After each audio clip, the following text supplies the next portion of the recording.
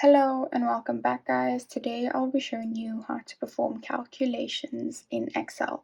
Why would you want to know how to do this? Well, maybe you have a really large data set and you want to perform a certain calculation on that data set, but it's obviously quite impossible to do that one by one if your data set is quite large. Like here, I've got about 143 values.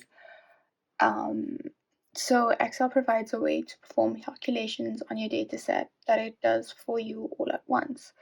And I'll be showing you how to perform calculations in Excel today. Make sure to check out the video description as I'll try and leave written instructions there. So let's get started. The first thing you're going to do is well, I've already had my Excel file loaded. You can do the same.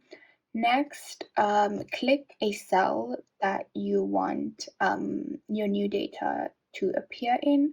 So I've clicked on the D2 cell. And now you're going to go to your formula bar over here and click there. And then the first thing to do when you perform a calculation is you put the equal to sign. That's basically essentially it. And now you're going to type whatever calculation you want to do to your data. So, for example, if I wanted to multiply my angle values here by 2, I would do so by first clicking on the cell where my angle number is. So that's A2. And as you can see, A2 will appear there.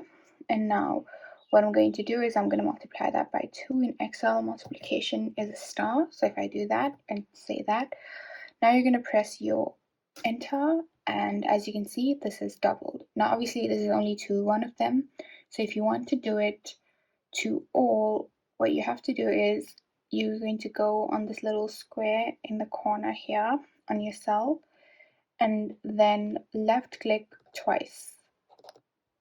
Okay, it seems to not be working for me today, so another way to do that is to just drag your cell all the way down to however many values you want this done to, and it does it to all of them, as you can see. And that's basically it, guys. You can obviously change up. This is just a very simple calculation that I did, but you can also do more complex calculations, and that's essentially it.